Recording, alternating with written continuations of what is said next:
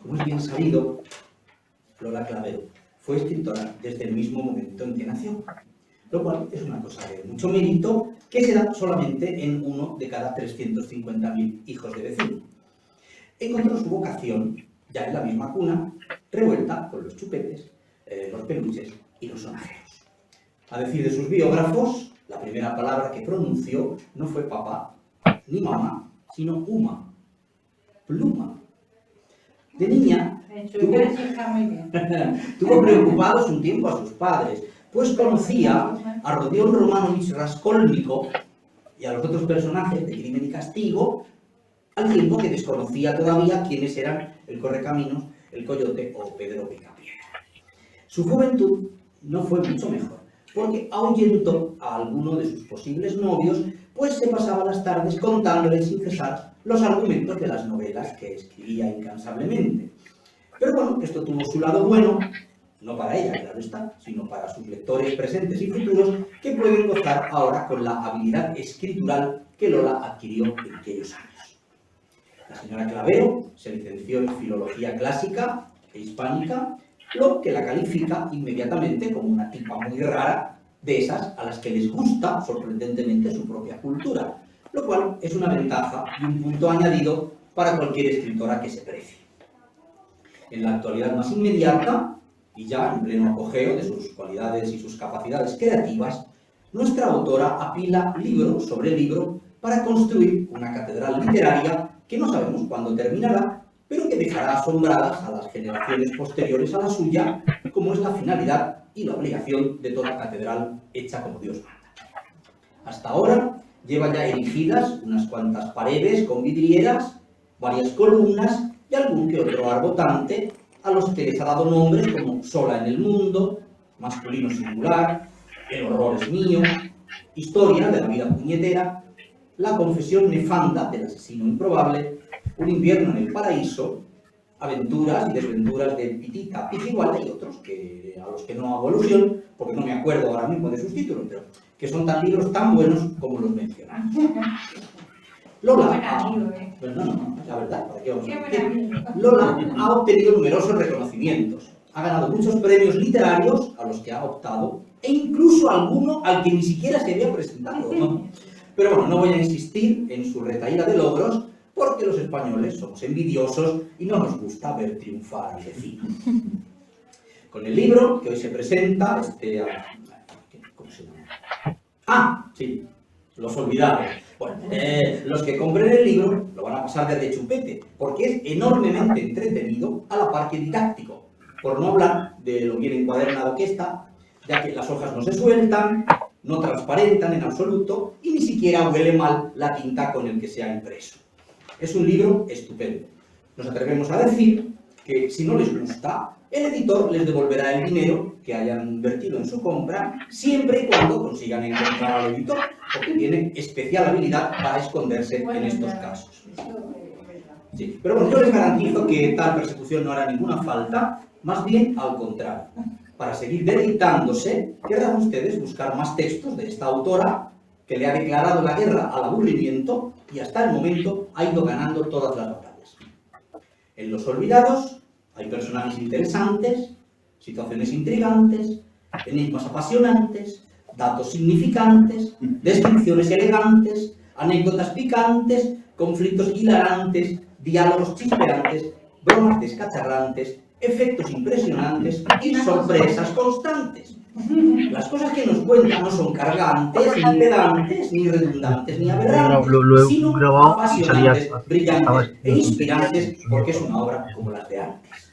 ¿Sí? Como las que se escribían antes, antes de que la humorística se convirtiera en una sucesión de chistes baratos, pobremente hilvanados, sacados de cualquier club de la comedia, y la literatura dramática se limitase a novelas rosas, con nieve, palmeras y muchas descripciones aburridísimas, o en sórdidas historias de concupiscentes amas de casa a las que les encanta que su amante aparezca entre 50 o más sombras y le zurre la barba. Resumiendo, ¿qué es Gerundio? La literatura de Lola Clavero es literatura de verdad y no un sucedáneo.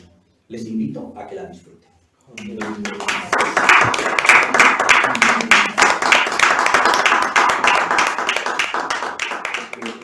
Estamos hablando lamentablemente de autores que han sido, como el título muy bien dice, olvidados. Yo reconozco que cuando fui a leer el libro yo no conocía la figura de Carlos Clouselles, es Clouselles, ¿no? Clouselles, ¿no es así? Es que bueno, pusieron muchas faltas porque como lo olvidaban tanto, pues Claro. le ponían mal el apellido. Ponían Clouselles en algún lugar.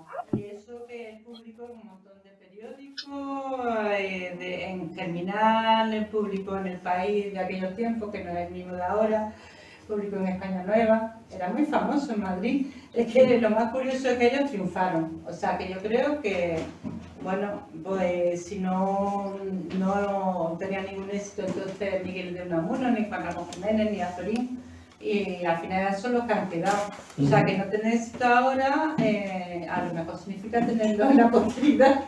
Sí, probablemente, porque ese era un gran triunfador. Lo que pasa es que no ganaban. O sea, no ganaban nada porque los escritores nunca han sido ricos. Yo no sé esa historia que se inventan en los semanales de que ganan tanto dinero y tal. Pues nada. Disculpa. Encantada de verte. Porque aunque triunfasen, después pues, vivían en la miseria, que es lo que se llama un escritor. Es que no te enteras ni de lo que editan. Así que, bueno, tú lo sabrás. Es curioso, pero bueno, ellos sí ganan dinero, ¿eh?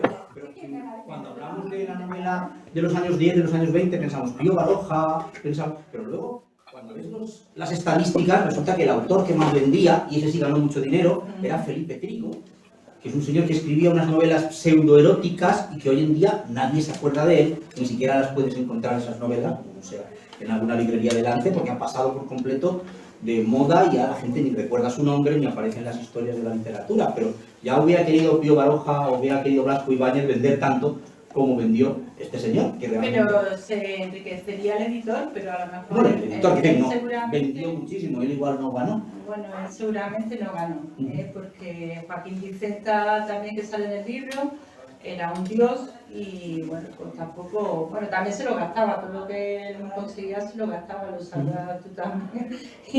Y bueno, era lo máximo Joaquín Vicenta, bueno, ahora quién se acuerda, pero se supone que ganaba, pero después no vivían en unas condiciones muy óptimas, vivían en cualquier guardilla, en cualquier sitio, porque al fin y al cabo que se llevan un 10% de cada hora y no se enteran ni de lo que realmente son las ganancias. Se enteran los empresarios, se enteran los editores, pero el escritor se entera poco. Y eso era lo que triunfaron, o sea, que los que no triunfaban, y al final porque quedaron los que no triunfaron, que no lo ven en la librería de Gregorio Cuello, que el pobre pues bueno apostaba por ellos y no vendía nada, no vendía ni una escoba. Y bueno, pues guardamos ahí los libros de los modernistas y ya no lo compraba nadie. Al final ellos han quedado, pero los otros que triunfaron de ahí no se acuerdan porque se adaptaron a los gustos del público. Eso habría que hablar de eso. Se piensa que se va a triunfar por adaptarse a los gustos del público y a lo mejor en ese momento sí, pues consiguen algo, pero después, ¿quién es Celso Lucio, Félix Pimentú? Claro. Y que realmente, no sé, colaboraron tanto con los Álvarez Quintero, con Carlos Aniche, ¿quién es ellos? Que no el teatro. Y además escribían muchas obras, sobre todo en colaboración. Nosotros, pues, que somos de zarzuela, piezas cortas, sí. Yo creo que un vacío, pues al final puede ser elocuente, porque puede ser un triunfo a la larga. No lo sé, porque estamos hoy en día dependientes también, y es triste, de Internet, de la información que alguien pone o no pone. Entonces, yo, por ejemplo, he buscado a este señor Carlos Clouselles, no lo pronuncio bien, desde luego en la Wikipedia, que ya lo sabemos, no está. Pero hay otra página... Yo en la Wikipedia, como toda esta gente que no vea... Bueno, yo por este nombre, Carlos Clouselles, he encontrado una página que dice revuelto de setas con jamón acompañado de pasta adobada. Es una página que se llama Chef en Casa. Entonces, este cocinero le ha pasado por delante y se ha arrogado la fama de ser el número uno de los Carlos Clouselles. Hizo mucho por conseguir la fama, Carlos Clouselles. Bueno, mató a su mujer, pero no lo hizo para hacerse famoso como literato, aunque eso siempre ayuda. Todos los que escribimos tenemos siempre la idea de que si no consigo la fama, tampoco me llevo bien con mi mujer o lo que sea, pues siempre tengo ese... Busca eso, lo raro, lo distinto. A mí una vez me dijeron, a ti no te conoce nadie, digo, no, en algún programa de estos de la aventura del saber, de la 2, que apareces el sábado por la mañana a las 7 de la mañana. Claro, no te conoce nadie. Pues un amigo me dijo, ¿quieres ser famoso? Cuando salgas en el programa ese, coge el vaso de agua y te lo tiras por la cabeza. Y vas a salir repetido en todos estos programas de refritos. El paso para la fama consiste, haz el ridículo grande una vez y ya verás cómo la gente te quiere. Y si matas a tu mujer, mucho más.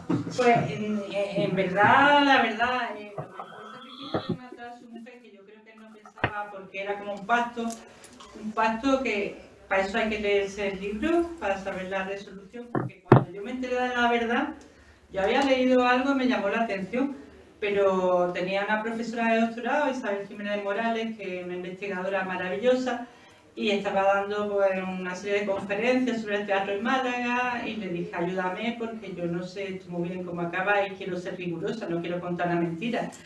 Y me ayudó, estuvimos mirando, ella me ayudaba con la hemeroteca y tal, y cuando vi ya los artículos en prensa y tal, digo, pues no es como yo creía. No voy a decir cómo era porque si no, pues estoy ya revelando el final. Pero pensaba que lo que él le había planteado, que era que ella iba a matarlo a él y después se iba a suicidar. Y después decía que como en unas cartas que aparecían, que como a ella le faltó valor, pues fue al revés. Que él la mató y después pues se suicidaba él. Pues yo creo que él no pensaba morirse. Yo creo que le faltó el cálculo. Estaba borracho, se había emborrachado durante todo el día y él pensaría hacer algún truco, porque yo creo que tenía ya su estrategia. Es que era una picaresca. Yo creía que era una historia romántica. Y claro, pues no sé, yo había proyectado ahí, iba a ser una pasión, una cosa, y cuando vi lo que era, digo, qué barbaridad. A mí me parece que esto no es lo que yo pensaba, pero es que ahí tenían que vivir como fuera. O sea, es que la vida de la literatura nunca ha sido millonaria, no creo, ni ahora lo pienso, y entonces era menos. Yo creo que ahora tampoco. Yo creo que ahora él se fue a París en burro y después se casó con esta mujer. Yo creo que la literatura no te da de comer, básicamente. Pienso, estoy convencido de que los autores más famosos hoy en día que tenemos en la novela viven muy bien por los sucedáneos de su literatura. Quiero decir, viven bien porque les invitan a cursos de verano y dan una conferencia por un gran dinero o porque por todas las cosas complementarias al acto de ser un escritor famoso, pero de los derechos de autor puramente de los libros, lo que pasa es que cuando una editorial te dé una cantidad modesta, quiero decir que no estamos hablando de, pues no vas a poner un pleito a nadie por una cantidad que no merece la pena. No, pues si lo pides y no te lo dan, pues nada, o sea, nada, cero. Y sabes que está vendiendo, pues... Bueno, eso es un elemento que todos sabemos que existe. El autor no tiene ningún control sobre el número de ejemplares que se editan. Si el editor edita 4.000, vende 2.020 y te dice que ha vendido 20 y te paga los derechos de esos 20, tú de los otros 2.000 no puedes saber realmente si existen o no, porque no puedes ir a una librería de toda España contando cuántos ejemplares hay, pero es imposible. Con lo cual tienes que creer, y los editores los hay muy honrados y los hay menos honrados. Hay cosas que cantan mucho, porque una cosa que te den poco, otra cosa que no te den nada, y sabiendo que venden un montón, que está en el Corte Inglés, que está, bueno, ya son cosas muy exageradas, son cosas ya que cantan... Sí, lo que pasa es que aunque es un hecho triste e injusto, pero los que escribimos no lo hacemos por el dinero, eso está clarísimo. O sea, por mucho dinero que puedas ganar, la literatura no está pagada, no se paga el esfuerzo que implica tener un conocimiento del mundo, unas vivencias y luego crear una obra, retocarla y hacer que quede bien. Luego, realmente eso tiene muchísimo valor. Lo hacemos porque nos gusta, porque queremos y porque creemos que esa es una de las mejores formas de vida. Cuando tú estás escribiendo lo que está en tu cabeza, estás en otro mundo perfecto para ti, no te duele la espalda y no te acuerdas de que al día siguiente tienes que pagar la factura del gas. Estás completamente inhibido. Lo hacemos porque nos gusta, yo creo que eso es así. Porque por dinero no lo haríamos. Pero esta gente sí lo hacía por dinero, porque no tenía más remedio. Otra manera de ver la vida. Bueno, es que no tenía más remedio. Vinieron a Madrid y yo empecé a escribirlo porque escribía Un invierno en el paraíso, que eran pintores que también triunfaron en Madrid, en París, bueno, acababa con Picasso. Yo veía a los escritores que estaban en esa esfera y empecé a introducirme en su vida y tal. Y ellos vinieron a Madrid porque era la única manera de triunfar. Y en Madrid pues tenían que vivir de escribir cosas que le gustaran al público, porque si no le gustaban al público, ¿qué iban a vender? Vendían los libretos, eran sainetes, eran zarzuelas muy malas, porque yo me he leído la obra, la verdad, bastante mala, y me da pena porque le tomé mucho cariño a todos esos personajes, tenía mucha voluntad, mucha constancia, o sea, sabiendo que no, bueno, que las críticas no eran favorables. Clarín era implacable, Clarín, pues no veas, lo tenía enfilado, Clarín decía unas cosas tremendas, ellos seguían en plan masoquista porque era lo máximo, Clarín. Pero ellos, si no conseguían el favor del público, ¿cómo iban a comer? Bueno, estamos hablando de un género que tiene su particularidad. Yo de siglos eran famosísimas, hicieron muchas de ellas de breve duración, la mayor parte escritas por dos e incluso tres autores. Se me han caído los libros. Un poco el trabajo, ¿no? Yo escribo los cantables, yo escribo los diálogos. Tú escribes el argumento serio, yo meteré los chistes y las bromas. Funcionaban muy bien en los teatros por horas. Mucha gente que no era escritor escribía zarzuelas en colaboración con alguien, escribía libretos de zarzuelas. Pero lo que sucede es que en último extremo, el mérito de la zarzuela se lo al músico. Lo que determinaba el éxito o el fracaso de una zarzuela era la melodía. La gente recordaba al músico y no al escritor, con lo cual los escritores de primera fila no querían escribir zarzuela porque era una manera de perder popularidad, aunque luego ellos fueran a cobrar su 50% de la sociedad de autores, pero la gente vea, es una zarzuela del maestro Vives o del maestro Guerrero o del maestro Chueca o de quien fuere. Entonces, al final tenemos músicos de primera fila colaborando con libretistas de segunda fila, o si eran escritores muy buenos que no se tomaban demasiado trabajo para escribir sus zarzuelas. Decían, yo esto lo hago para comer y luego ya me sentaré a escribir la novela buena en la que voy a poner todo mi arte y todo mi esfuerzo, pero la zarzuela, con que les des 4 bromas y 3 números animados, pues es suficiente. Bueno, pero no se sentirían bien ellos tampoco, porque no deja de una manera de ser de rebajar tu arte para comer. Tampoco tenía mucha formación, no era gente con mucha formación, era gente que había venido así a Madrid a triunfar, y la gente que tenía mucha formación no se arriesgaba tanto, porque eran abogados, eran médicos que escribían en sus ratos libres, como por ejemplo Narciso Díaz de Escobar, que aparece mucho en la novela, pues era un abogado, se ganaba la vida como abogado. Y escribía un montón en sus ratos libres, escribía mucho y apoyaba a todo. Además, me parece muy curioso porque ese hombre era muy conservador y después apoyaba a Pedro Luis de Galvez, que fue un anarquista y se cargó a media España. Tenía con Peláez, que también mató a un Heredia, que era un hombre, un político de primera fila de Francisco Silvera, o sea, súper conservador también. Y Alejandro Sá, o sea, había correspondencia con toda esa gente, se llevaba bien con los conservadores y con todo el mundo se llevaba bien.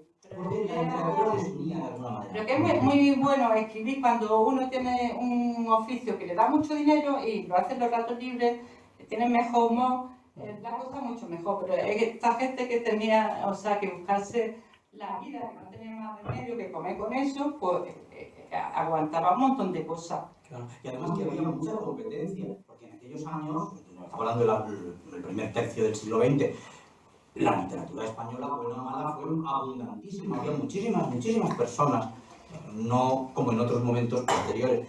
Yo recuerdo que mi abuelo, Jardiel, escribió una comedia, un tomo de recopilación de comedias, y la dedicatoria decía, dedico este tomo a 22 millones de españoles. Quiere decir, a todos aquellos que tienen una comedia escrita en su casa y están deseando estrenarla en algún teatro. O sea, está diciendo, todo el mundo cree que puede hacerlo, incluso sin formación, y todo el mundo tiene una comedia escrita o un libro de versos, me da igual, una novela, y está deseando decir, a ver si consigo publicarla y me convierto en un... Hay tantísimas cosas que dice, bueno, a lo mejor me estoy perdiendo algo, pero tienen mala suerte, y a lo mejor, porque yo apuesto también por esa iniciativa, y me compro 5 libros y digo, no lo encuentro, no le veo a esto que hacer y tal. y lo pasas mal. Sí, Porque a mí me gustaría que fuera bueno, pero cuando te has comprado los 5 libros y resulta que ninguno te gusta. Pero yo creo que eso ha pasado siempre. Que te- Que quedan los libros buenos, pero que en su momento se publicarían muchísimos malos que han desaparecido y bien desaparecidos que están, en ese sentido. No creo yo que en el siglo XIX, pues de las novelas de folletín que se escribieran, pues hubiera muchísimas, la mayoría malas. Ya. Eso es lo que hace que de alguna manera tengas que apreciar más los clásicos, los que han sobrepasado y sobrevivido al tiempo y digas, esto me viene de hace 50 años y si está por ahí todavía, es que algo bueno tendrá, a algo bueno a alguien le habrá gustado. Y a la inversa, la posibilidad de que ese libro, ese bestseller que te venden hoy las editoriales como el libro de la década, que se ha escrito ayer por la noche y se ha hace un mes, y se ha traducido y te lo venden hoy, que sea un libro maravilloso, porque por cálculo de probabilidades va a ser uno de los 97 malos, no uno de los 3 buenos. Entonces, pretender que el libro que se ha publicado ayer sea muy bueno es mucha casualidad. Es difícil, sí. Es mucha casualidad. Pues tú sí conoces a Carlos Crusella un poco. No lo sé, porque yo, escucha, porque yo tengo un lío. Una casualidad, ¿eh? Porque Aurora Fuster, en la información que tienes en la red de Aurora Fuster, dice que estaba casada con José Cruxelles. Porque hay un montón de errores, eso me Claro, gusta. entonces, si José es lo mismo que Carlos, tenemos un problema. Porque en vez de las guerras carlistas, tendríamos que hablar de las guerras joselistas. Que yo tuve que trabajar mucho para eso. Cuéntanos este equipo. Vamos, la Wikipedia hay un montón de errores, un montón. Y también incluso un libro que ha publicado la universidad, que me duele decirlo, pero también, unos fallos garrafales. Y eso me costó a mí 2 años de trabajo, pero que aquello era un lío porque es que estaba equivocado, muchos nacimientos, muchas fechas y muchas cosas. No, yo me fui a Guadalcanal, porque a ella la casaron con un hombre, bueno, por refilón son todos interesantes, por refilón, o sea, todos son secundarios, pero son interesantes. A ella la casaron con un tal micrófilo que se llama Juan Antonio de Torres Salvador, y era íntimo amigo, íntimo, pero íntimo, ya era un amo que se tenía con el padre de los Machado, con el que le dice, él se puso micrófilo para hacer pareja con Demófilo, que era Antonio Machado y Álvarez, eran como típico, una cosa así, y la casaron, era mucho mayor que ella, no la casaron por ser literato, la casaron porque él era un abogado, con muchas veces no terminó la carrera, era un abogado porque era un jueguista y le gustaba además pues eso, ir a las reuniones literarias, eso, buscar folclore y tal, pero era un señorito. Y era mucho mayor que ella, tenía una bronquitis tremenda, tenía ya una tuberculosis desarrollada y se murió al año y se vino aquí a triunfar y se encontró con el pícaro de Carlos Cruselle. Pero, bueno, que ya me he perdido eso. La idea es de la información errónea de este señor José Cruselles, que no sabemos quién es ni si existe. No, José Cruselle era en realidad José María Cruselle. Era el padre efectivamente. Era el padre de Carlos Cruselle, que escribió encima un libro que era para educar a las mujeres para que fueran ángeles del hogar, que el divorcio era muy malo y que no sé qué, no sé cuánto. Y resulta que la mujer lo abandona y se va con otro. Hizo muy bien, la verdad, porque era un tostón el hombre. Y entonces dice que Carlos, cuando mató a su mujer, que estaba traumatizado porque su madre se había ido con otro. Y el padre no se levantaba de la cama, se deprimió, se vinieron a Madrid los dos a vivir en la calle Jacome Trezo, que está por ahí por la Gran Vía. Y entonces pues, el hombre no se levanta de la cama y decía, la culpa es de la mujer, que era una pelandrusca y no sé qué. Y ya se traumatizó el hijo y ya mató a su mujer, mató a Aurora. Pero en realidad lo que estaba buscando era la pasta, ¿no? Eso a mí me dio mucha pena, porque yo soy muy romántica y yo quería que fuera algo pasional, que fuera algo... Hombre, o sea que al final este señor José, o sea, ella no se casó con su suegro. No, con su suegro no se casó. Ella no conocía a su suegro porque yo creo que José María Cruselle murió mucho antes. No lo conoció y él estaba amancebado con una modista de Andújar, con Jerónima Blasco, que el amigo fue un sinvergüenza. Otra cosa de buscarse la vida en Madrid era la crónica negra, eso le encantaba a la gente, los crímenes. Entonces, pues su amigo pues, corría detrás de una ambulancia para ver a quién había asesinado a quién y exageraba todas las cosas que veía, después se inventaba diálogos. y que un hombre estaba matando a su mujer y ella decía, ¡ay, que me mata! Y cosas así, porque el morbo gustaba. Eso no pasa de moda, porque si veis las noticias de hoy en día es un crimen detrás de otro. Del mundo nos cuentan poco, pero asesinatos todos. Sí, pero que él lo exageraba y cuando su mejor amigo, que era Cruseller, mató a su mujer y él se suicidó, pues él explotó la noticia. Eso fue una cosa muy fea, porque era su mejor amigo. Y entonces exageró las cosas, hizo fotos morbosas, que bueno, esas las tengo, ya las iré publicando. Me da un poco de pena de publicar eso, pero yo vi la foto. Y trajo a la mujer con la que se había manciado, tenía 5 hijos, y con los hijos por ahí en brazos, y con una cara de desolación, y ellos ahí haciéndole la autopsia a Carlos Cruseller y a Aurora Fuster, siendo su mejor amigo, hace eso para ganar dinero. La verdad es una cosa vergonzosa, pero es que, claro, decía, mira, esto o pasa hambre, pues yo esto, y todo era por el dinero y por comer. Y es algo verdaderamente triste, pero que antes de que se me olvide, quería decirte, porque ya me viene un bollerio de ideas, que tú de algo te tiene que sonar con Carlos Cruseller, bueno, no, pero que todo tiene mucha relación, porque él escribió obras con Antonio Paso y Cano, y a ese seguramente que ese es familia tuya. Es familia política mía. Es familia Antonio tuya. Paso es el padre de mi tío político casado con mi tía Evangelina. Pero ya te digo, y bueno, no es un secreto, que la rama de los Jardiel y la rama de los Paso han estado siempre separados, nunca se han llevado bien, por motivos ¿Por qué no? No me digas eso, por favor. Vamos a ver, hablamos de los olvidados. Básicamente, y no es ningún secreto, porque Alfonso Paso copió, plagió, fusiló obras de mi abuelo, y en ese momento diríamos que las dos hermanas, tanto mi madre como mi tía, pues se separaron, ¿no?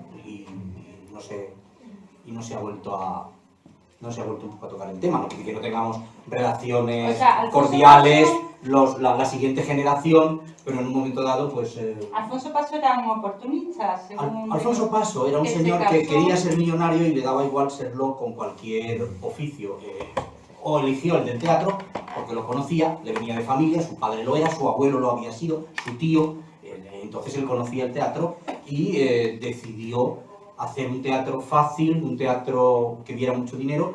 Lo consiguió, puesto que tuvo hasta 6 y 7 obras en Madrid representándose al mismo tiempo. Eso no lo ha conseguido nadie en ningún sitio, pero él entregaba la obra y se iba a su casa a escribir la siguiente. No tenía interés en cómo se montaba, escribía obras de pocos personajes para que rentaran mucho, del día, para que no hubiera que gastarse dinero en vestuario, en una salita, para que no hubiera que crear escenografías, con elementos un poco picantes y un poco que él, por sus contactos con el partido de Falange, consiguió que la censura le permitiera a él mostrar lo que no permitía a otros, y sus obras eran muy rentables, eran muy baratas de montar y muy rentables económicamente, con lo cual se hizo muy millonario haciendo un tipo de teatro que en su momento pues fue muy, no sé, fue el autor que más se representó en los años 60, hoy en día está prácticamente olvidado y nadie lo representa, el tiempo le ha puesto en su lugar, lo cual pues, es un poco de justicia poética, según lo vemos la rama de los... Sí, he de decir que la rama teatral no acaba con Alfonso Paso. De hecho, el nieto de Alfonso Paso, Ramón Paso, es un dramaturgo actual, es sobrino político mío, sí, y es un dramaturgo estupendo que está teniendo éxito y sus obras están representándose en el Teatro Lara. Pues, podéis ir, seguro que hay una obra suya, y todas son estupendas, entonces que la saga continúa por ese lado. Sí, pues el Teatro Lara, precisamente, el director fue Francisco Flores García, que es malagueño. ¿Quién se acuerda de ese hombre? Pues era aquí la pera, bueno, aquí está Francisco Flores García, dirigía el Teatro Lara, y fue el que obró el éxito de Rosario Pino, porque, claro, era paisana suya, él era amigo de Enrique del Pino, que era el empresario, y además pues triunfaba con un hombre que tenía periodístico que era Mengachis. Sí, bueno, sí. Lo veían súper gracioso y tal, pero ¿quién se acuerda de Francisco Flores García?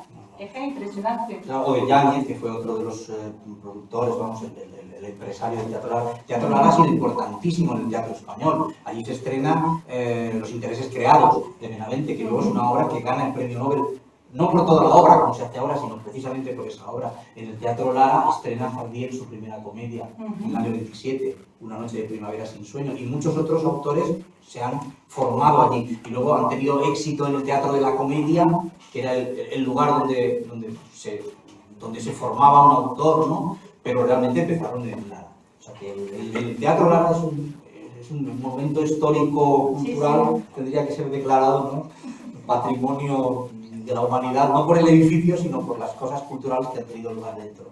Pero fíjate la de gente importante que hubo y reconocida y que ahora realmente, porque me dicen a lo mejor, o lo ponen en las redes, ¿no? La olvidada Clara Campoamor. Bueno. Digo, ¿cómo va a ser esa olvidada? Hombre, ya que es muy ignorante para que esa mujer sea olvidada, eso es ya ignorancia total.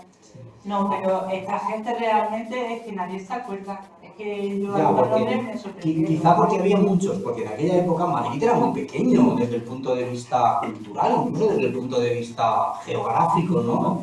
Se abre un teatro al final de la Gran Vía y la gente, uy, ¿quién va a ir tan lejos?, ¿no? Entonces, estamos hablando de una época que tiene gran riqueza de autores que se conocen todos y están unos en el teatro de los otros, en la salita, y luego coinciden en el mismo café para tomar café y en la misma conferencia, y se llevan bien o mal, etcétera, las tertulias, pero que están todos todo el rato en contacto, lo cual es muy bueno y enriquecedor para todos.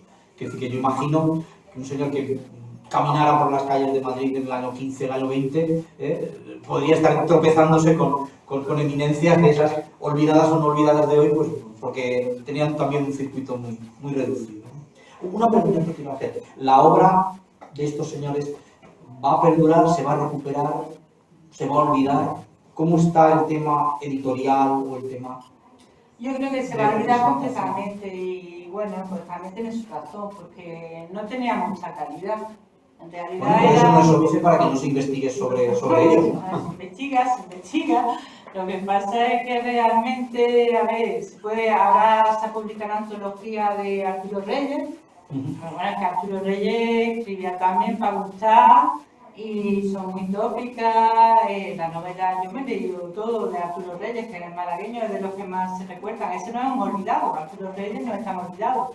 Arturo Reyes, Salvador Rueda, quizás Salvador Rueda, el que tiene más calidad, que también aparece en la novela, y que tuvo esa riña con Rubén Darío, ahí fue horroroso, normal, pero sí, Salvador Rueda, el que tiene más calidad.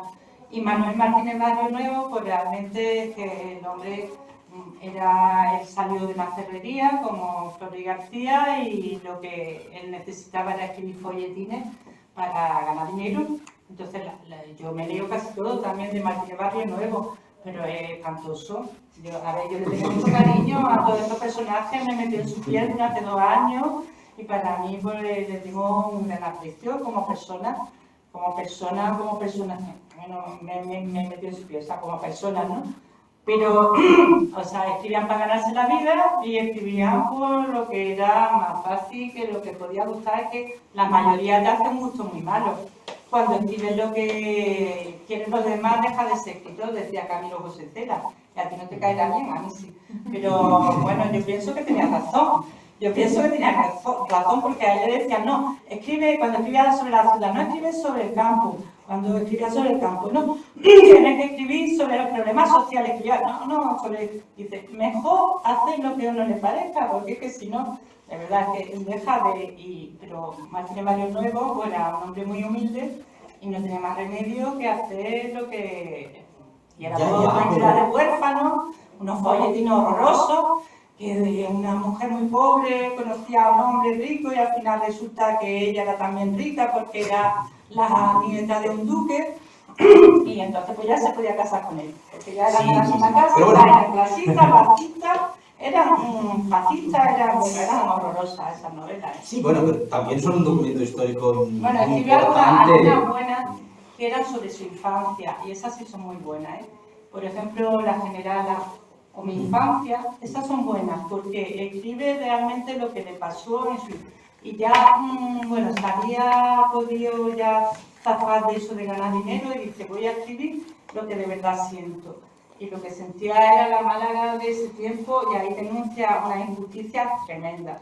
Y bueno, esas sí, realmente son una buena novela. Esas Sí, hay que reivindicarlas. sí, por supuesto, pero yo también querría defender el otro tipo de literatura, porque Lope de Vega dice, el vulgo es necio y pues lo paga, es justo hablar del necio para darle gusto. O sea que el mismo Lope de Vega dice, si el nivel cultural de la gente es el que es, pues habrá que darle algo que puedan entender, ¿no? Y concretamente el teatro no es un arte de minorías, el escenario está pensado para que mucha gente lo vea. La gente va a tener distintos niveles de cultura, más o menos, y la obra tiene que ser inteligible. Entonces, no sé yo si podríamos hacer esa diferenciación de literatura de calidad o literatura mala, porque la literatura es algo tan subjetivo que puede gustarte o no gustarte, y en esas obras teóricamente mal consideradas pueden encontrarse muchos elementos de valor. No sé, a mí me parece que no podemos despreciar y no podemos decir Joyce es bueno y Julio Verne es malo, porque la literatura no es una limitación. Es como decir, Calderón de la Barca es La vida es sueño y el alcalde de Zalamea y nada más, pero o decir que Lope de Vega es Cuento Ovejuna y nada más, solo se le representa esa pues es una pena, porque tiene otras muchísimas comedias magníficas. Pero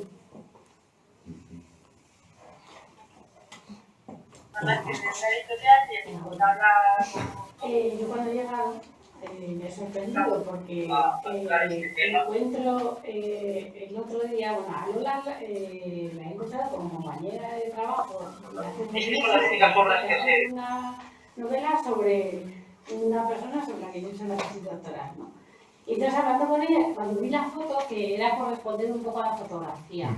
La fotografía es importante porque los olvidados, el lugar, el espacio que habitan los olvidados muchas veces es el café. El café es un sitio importante para la bohemia, ¿no? Entonces lo comentábamos otro día porque aquel señor de allí y yo compartimos trabajos, somos los dos profesores de la Complutense y compartimos el otro día mesa en un congreso sobre bohemia madrileña de fin de siglo. Entonces, bueno, al llegar aquí a verle, digo, pues estamos todos aquí conocidos. ¿Por qué no te has traído a tus alumnos aquí? Ese es otro tema. Tenían que haber venido. Entonces, bueno, la cuestión, a lo que iba, en la foto es importante porque un lugar, hemos comentado en el congreso, los bohemios viven en el café, o sea, uno de los espacios, aparte de andar por la calle, de apurar y tal, ¿no? Salí el otro día en mi congreso, era el café.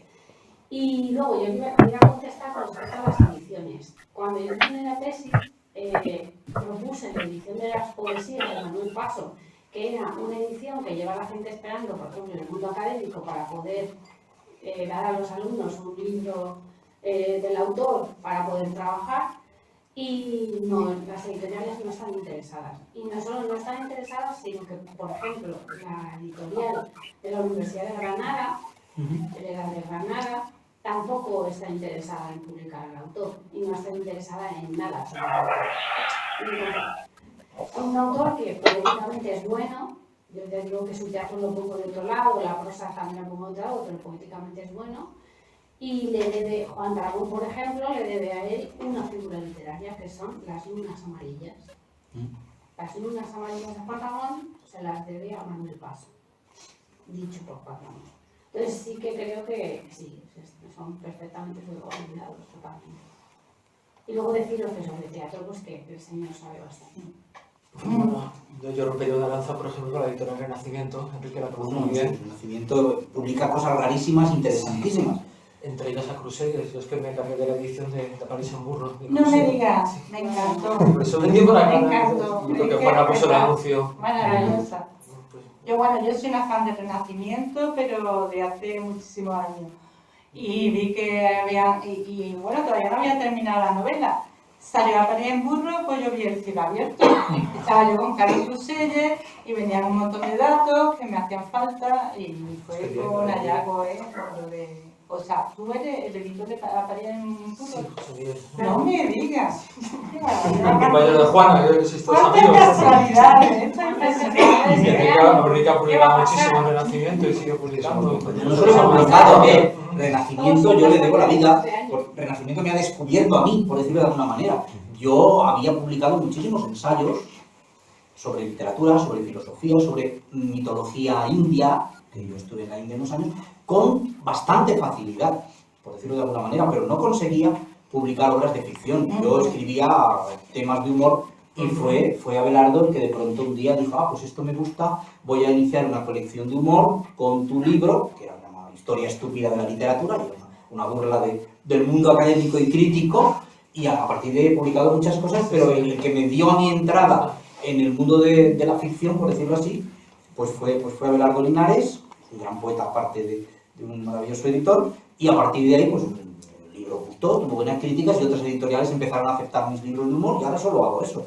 Entonces yo soy un hijo literario de Renacimiento, les quiero muchísimo a él, a Cristina.